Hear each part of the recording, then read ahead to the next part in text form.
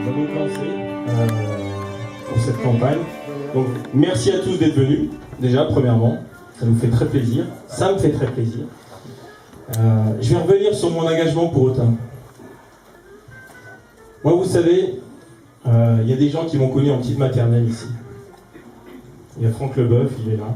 Voilà. On était en petite maternelle ensemble. Vous savez, quand j'ai fêté mes 30 ans, on était 90 personnes. Parmi ces 90 personnes, on était 10 à avoir été ensemble en petite maternelle et en primaire. Ce que je veux dire par là, c'est que moi, Autun, je l'ai dans les tripes, je l'ai dans le cœur, et si je me présente, c'est que cette ville, je l'aime. Alors oui, on me fait un procès.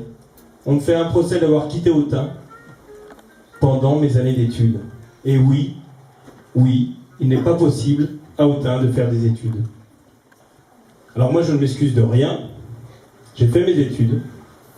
J'ai fait médecine. J'ai fait une école de commerce. J'ai fait une école de la fonction publique. Et une fois mes études terminées, je suis revenu à Autun. Voilà. Je suis parti d'Autun après avoir eu mon bac. Et je suis revenu à Autun une fois ma thèse de médecine obtenue. Le lendemain, j'étais à Autun. Quand j'entends certains qui m'accusent de revenir à Autun, de n'avoir quitté Autun, je leur dis, mais attendez, qu'avez-vous fait pour Autun pendant toutes ces années? Qu'avez-vous fait pour Autun pendant toutes ces années? Où sont les formations post-bac à Autun? Aucune. Aucune. Pour ceux qui étaient là pour notre réunion sur l'économie dernièrement, on sait très bien que les formations post-bac, ça va de pair avec les secteurs économiques qu'on veut développer. On le sait tous. Nous sommes la seule grande ville du département à n'avoir quasiment aucune formation post-bac. La seule. Nous avons les maths sup au lycée militaire, nous avons quelques formations post-bac, mais vraiment nous n'avons rien comparé à la taille de notre ville et à l'histoire de notre ville. Vraiment, nous n'avons rien. Alors, qu'est-ce qui s'est passé pendant mes années d'études? Que s'est-il passé pendant mes années d'études? Ben, il s'est passé une chose simple. C'est sur le tract que vous avez reçu pour venir à cette inauguration locale. 1000 emplois industriels en moins en 10 ans. 2000 habitants en moins, 2000 Autunoises et Autunois en moins en 10 ans. Une augmentation plus qu'exagérée des taxes. Il y a une mère de famille qui me montrait sa taxe foncière. Elle était de 600 € en 2002. Elle est de 1400 € en 2012. Voilà ce qui s'est passé en 10 ans. Et je vous le dis alors, nous on va faire une campagne avec un discours sérieux et réaliste. Les effets d'annonce, les promesses inconsidérées, comme on l'a vu en 2008, qui ne sont suivies de rien, d'absolument rien, qui ne sont pas tenues, ou quand elles sont tenues, ben elles aggravent la situation. Je vous dis honnêtement, j'avais prévu de venir avec le programme de Rémi Reberotte de 2008. Malheureusement, je crois que je l'avais donné à quelqu'un et je ne l'ai pas retrouvé. Dans ce programme, il y avait quoi? Il y avait la création de la rocade. Création de la rocade. En 2008, déjà, on savait que ça ne pouvait pas se faire. Que ça n'allait pas se faire. Et pourtant, il l'avait mis dans son programme. Il l'avait promis. Pourquoi? Parce qu'il se moquait déjà des Autunoises et des Autunois. Après, il y a eu d'autres promesses. Il y en a encore des effets d'annonce. 8 millions pour le centre-ville. 8 millions d'euros pour le centre-ville. Je ne sais pas si vous vous rendez compte ce que c'est. On a à peu près une capacité d'investissement qui varie selon les années, mais on va dire aller à 2 millions d'euros. C'est-à-dire que pendant 4 ans, on ne s'occupe que du centre-ville. Que du centre-ville, et après on ne s'occupe de rien. C'est mentir aux Autunoises et aux Autunois. Je dis à un moment, il faut qu'on arrête de prendre les Autunois pour ce qu'ils ne sont pas. Des promesses comme ça a marché en 2008. J'espère que ça ne marchera pas en 2014. Alors, bon, je me suis un petit peu enflammé là sur cet aspect, mais je pense qu'il faut avoir un discours sérieux et réaliste. Et nous, on l'aura. Est-ce qu'on peut continuer à faire des promesses comme si on était une ville de 25 000 habitants, alors que nous sommes 14 600 habitants avec Saint-Pantaléon? 14 600 habitants avec Saint-Pantaléon. En 56, il faut remonter à 56 pour avoir eu une population aussi basse sur Autun. À la fermeture des télos, nous étions 12 ou 13 000 habitants. Sur Autun seul, à Saint-Pantaléon, il y avait plus d'habitants. Est-ce que c'est ces promesses inconsidérées, ces effets d'annonce vont encore marcher? Est-ce que les Autinois vont se réveiller? Est-ce qu'il va enfin y avoir une campagne à Autun? Est-ce qu'on va parler des vrais sujets? Depuis le début, il n'y a pas de campagne. Le maire sortant ne fait pas campagne. Il préfère qu'on ne parle pas de bilan, qu'on ne parle de rien. Alors oui, il y a des présentations de listes. Voilà. La campagne se limite à ça, à une présentation de liste d'équipe. Alors je ne dis pas que c'est pas important, je vous en fais une, c'est très important l'équipe. Mais ce que je veux dire par là, c'est que ça ne peut pas occulter les débats de fond. Ça ne peut pas occulter ces débats de fond. Alors, moi, j'avais prévu de faire cette annonce en fin de discours. Mais je le fais maintenant, finalement. Je propose un débat à tous les candidats pour qu'on discute ces débats de fond. Pour que les Autinoises et les Autinois puissent réellement choisir un projet. Et non pas seulement que choisir un homme ou une prétendue équipe. Alors, je vous l'ai dit sur ma méthode de gestion, je ne veux pas être un homme qui s'entoure de gens moins compétents que lui. Je veux m'entourer de gens très compétents. Je ne veux pas être un coupeur de tête dès qu'il y a une idée qui est bonne. Je veux m'entourer des gens qui aient de l'innovation, de l'idée, de la compétence. Bon, je ne vais pas essayer de faire trop long, parce que c'est pas l'endroit, vous êtes tous debout, moi je suis sur une chaise. Alors je vais vous présenter quand même, parce que c'est important quand même l'équipe, c'est important. Je l'ai un peu dénigré parce que, enfin tout du moins l'équipe de M. Reberotte, le maire actuel, mais l'équipe c'est important. Alors je vais déjà commencer par mon équipe de campagne. Alors Marie Marin, bonjour, qui sera ma directrice de campagne. Voilà, qui est une fille, vous allez apprendre à la connaître, qui est une fille dynamique, droite, carrée, qui pourra nous aider, m'aider dans toutes les tâches.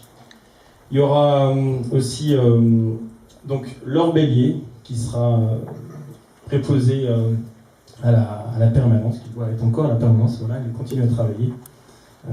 Ça montre bien, c'est la jeune fille blonde qui doit être à la permanence. Jean de Chaume, ici présent derrière, qui s'occupe de la communication et du site internet, donc pour l'équipe de campagne. Jacques Leray, qui sera le président du comité de soutien. Jean-Michel Jarin, ici, là, vice-président du comité de soutien. Merci à toi, Jean-Michel, de ton soutien continu, présent, futur et actif. Alors voilà, bon, tout le monde parle de la liste, la liste, la liste. Est-ce que Joly va réussir à faire sa liste? Ben oui, Joly va réussir à faire sa liste. Il va réussir à la faire. Mais ne nous focalisons pas là-dessus, je vous le dis. Arrêtons de penser à ça. Préoccupons-nous des vrais sujets, des vrais débats. Qu'allons-nous faire pour Autun dans les 6 ans qui vont venir? Allons dans le fond. Est-ce que nous voulons faire en sorte qu'il y ait toujours des dépenses de fonctionnement, des dépenses qui ne soient pas tournées vers l'investissement, l'économie, l'emploi? Ou est-ce que nous voulons encore des dépenses comme les douanes, par exemple, où il y a une dette? Il y a un coût de fonctionnement aussi, on l'oublie trop souvent, un coût de fonctionnement qui est réel. Rien n'a été fait pour l'emploi et l'économie durant ces 10 dernières années. Et nous, je vous le dis, nous prioriserons là-dessus, sur l'emploi et l'économie. On ne peut plus considérer qu'Autun est une ville de 25 000 habitants. Il faut recalibrer la ville. Il faut prioriser sur ses emplois et sur l'économie. Alors, la liste, puisque j'avais dit aux journalistes qu'il fallait la donner, que je la donnerais avant une partie de la liste, la moitié de la liste, avant le 15 février. Donc je m'y engage. Donc il y a Marie Marin, toujours, qui sera colistière. Il y a Dominique Collot d'Escurie, ici présente. Laura Rousset, je commence par les femmes, bien sûr, qui sera aussi présente. Aurore Bardiot, tout au fond. Voilà. Christine Barre, aussi. Isabelle Marin. Sophie Prieur-Pribzinski, qui devrait arriver vers 21h, parce qu'elle travaille en maison de retraite et elle travaille encore. Non, qui là? Elle est là. Bah très bien. Allez, on applaudit, très bien, voilà. Bon, bah c'est super. Jocelyne Martinet, où est-elle? Jocelyne? Elle est là derrière, voilà, à côté d'Aurore. Solange de Sambucy, qui m'a aidé hier énormément. Une femme très active, dynamique, qui a déjà fait une campagne en 2001 et qui encore a plus de 70 ans, j'ai peut-être le malheur de le dire, mais encore cette foi, cet espoir, cette conviction qui à certains jeunes des fois fait défaut. Madame de Saint-Lucie à 70 ans est encore jeune dans son cœur et dans son esprit.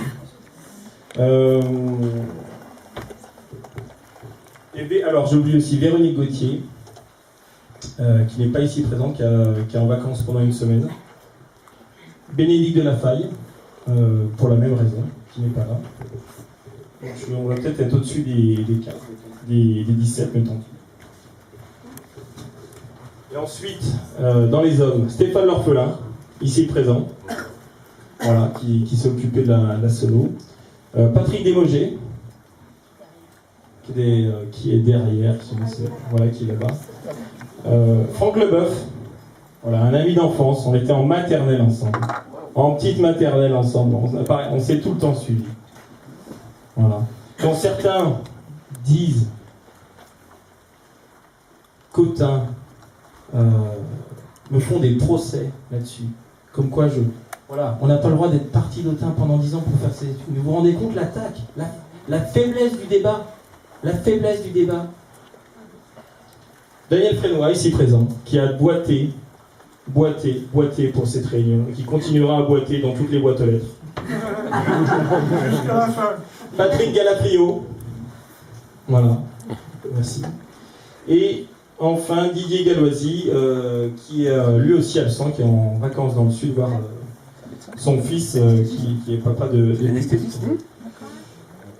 Voilà, j'en ai fini pour la liste. On va de toute manière faire une photo d'équipe. Hein. On va présenter un peu cette équipe. Il fallait que ce soit fait pour qu'il y ait des doutes soient levés là-dessus, sur la capacité à mener une équipe, à emmener une équipe. Mais je vais revenir sur quelques points quand même. Quelques points plus politiques. Actuellement, je leur dis, il n'y a aucun débat. Aucun débat. Que ce soit sur l'accessibilité handicapée, que ce soit sur le centre-ville, sur le théâtre romain. Qu'est-ce que nous voulons faire avec le théâtre romain? Actuellement, nous sommes cantonnés à un tourisme patrimonial. On parle d'économie, on parle d'emploi, mais le tourisme aussi, c'est une des chances d'Autun qu'on n'a jamais su utiliser. Actuellement, nous avons un tourisme patrimonial, et uniquement. Les gens viennent à Autun et n'y séjournent pas. Ils ne restent pas la nuit. Pas de nuitée à Autun. Alors que nous pourrions avoir un tourisme culturel de spectacle. Le théâtre romain, la cathédrale sont des bons exemples. On pourrait avoir aussi un tourisme de loisirs, avec le lac, le Morvan. Alors je vous le dis, oui, sur le moyen et long terme, nous pouvons développer ces types de tourisme. Oui, nous devons avoir présent en tête que nous devons répondre aux parents, aux enfants, aux pères, à la mère et aux enfants en type de tourisme. Que nous devons proposer des offres à une famille. Là, ce n'est pas le cas. Nous n'avons quasiment rien pour les enfants. Nous n'avons quasiment rien en termes d'activités culturelles qui puissent contenter telle ou telle personne de la famille. Sur le tourisme de loisirs, je vous le dis franchement, je ne vais pas vous faire des promesses inconsidérées. Je pense que nous n'aurons pas les moyens réellement de mettre en place un tourisme de loisirs qu'Autun doit avoir dans les 10 ou 20 prochaines années. Oui, nous serons opportunistes pour développer ce tourisme de loisirs dans le prochain mandat. Mais non, nous n'allons pas prioriser là-dessus. Nous allons prioriser sur le tourisme culturel de spectacle. Comment se fait-il qu'avec une pépite comme le théâtre romain, nous n'avons pas réussi à faire quoi que ce soit? Comment se fait-il qu'en Bretagne, les Vieilles Charrues arrivent à faire un festival en plein pré et que nous, avec un petit bijou comme ça, nous n'arrivons à rien faire? Pourtant, nous avons tous les atouts pour le faire. En développant un tel tourisme culturel de spectacle, nous aurions la possibilité de faire rester les touristes au Autun. Nous pouvons faire des festivals de musique pour les jeunes, des festivals de cinéma, des opéras, des théâtres, pour développer un tourisme plus haut de gamme qui irait vraiment bien avec notre ville, la carrure de notre ville, la classe de notre ville. Alors en pratique, comment ça se développe? C'est simple, il faut enlever déjà cette bévue qu'est le stade de foot. Comment supporter qu'un stade de foot, à côté d'un si beau théâtre, vienne gâcher le spectacle? Oui, nous pouvons faire des théâtres et des opéras où les spectateurs se mettront sur le théâtre romain en gardant la scène. Oui, nous pouvons faire des festivals de musique pour les jeunes, où les jeunes se mettraient à la place du stade de foot, où nous mettrons une esplanade en voyant le théâtre romain éclairé. Parce qu'en effet, il est difficile de faire des festivals de musique, oui, un peu festifs pour les jeunes, sur le théâtre romain, pour des problèmes de sécurité. Il nous faut penser multimodal. Il nous faut penser avec des synergies. Nous devons faire en sorte que le patrimoine serve ce tourisme culturel de spectacle et que le tourisme culturel de spectacle serve ce tourisme. Bon, je vais m'arrêter là, parce que je ne vais pas dévoiler toutes mes idées au fil de l'eau. Il y en aura d'autres. Bon, je ne vais pas dévoiler les thèmes, parce qu'il ne faut pas trop s'enflammer dans les discours et rester serein quand même et sérieux. En tout cas, je vous remercie vraiment d'être présent ce soir. Je vous remercie vraiment de votre soutien. On a encore un gros travail à faire. Un gros travail. Vous savez, le maire actuel a peut-être un bilan catastrophique. Mais il a aussi infiltré la ville énormément. Et comme je vous l'ai dit, nous n'avons qu'un seul adversaire, c'est lui. Nous ne serons pas focalisés sur d'autres personnes qui ne seront là que pour peut-être nous embêter un petit peu. Mais disons que notre adversaire, c'est lui. C'est lui qui a mis cette ville dans cet état, tel qu'elle est actuellement. C'est lui qui est responsable de son bilan. On ne peut pas passer un bilan comme ça, d'un revers de la main, en disant oui, maintenant il va y avoir des effets d'annonce, 8 millions d'euros pour le centre-ville. On ne peut pas passer comme ça d'un revers de la main. Il faudra insister dessus. Ce n'est pas possible. Tout ça pour faire des attaques basses après sur la personne. Quand on a été 13 ans maire, qu'on a été combien de temps 20 ans conseiller général, qu'on est conseiller municipal depuis 89. Est-ce que franchement, on peut baisser le niveau du débat à ce point-là? Si je le faisais, j'aurais des excuses. Mais lui, non, franchement. Au bout de 25 ans de mandat, au moment où je vous dis une chose, il faut changer. Si on ne change rien, ça va encore changer, mais dans le mauvais sens. Ça va encore continuer à aller. Donc voilà, je vous le dis honnêtement, si vous voulez nous aider, venez vers nous, que ce soit pour des idées innovatrices, pour des projets, pour du soutien logistique, on est vraiment. Et soyez sûrs qu'on va gagner. Il y a une dynamique derrière nous. On le voit, là, on était au marché ce matin avec Dominique, avec Laure aussi. Il y a une dynamique derrière nous. Cette dynamique, elle est réelle. Les gens en sont conscients. Et il faut que tout le monde retrousse les manches et qu'on s'y mette. Allez, bonne soirée et bonne pause.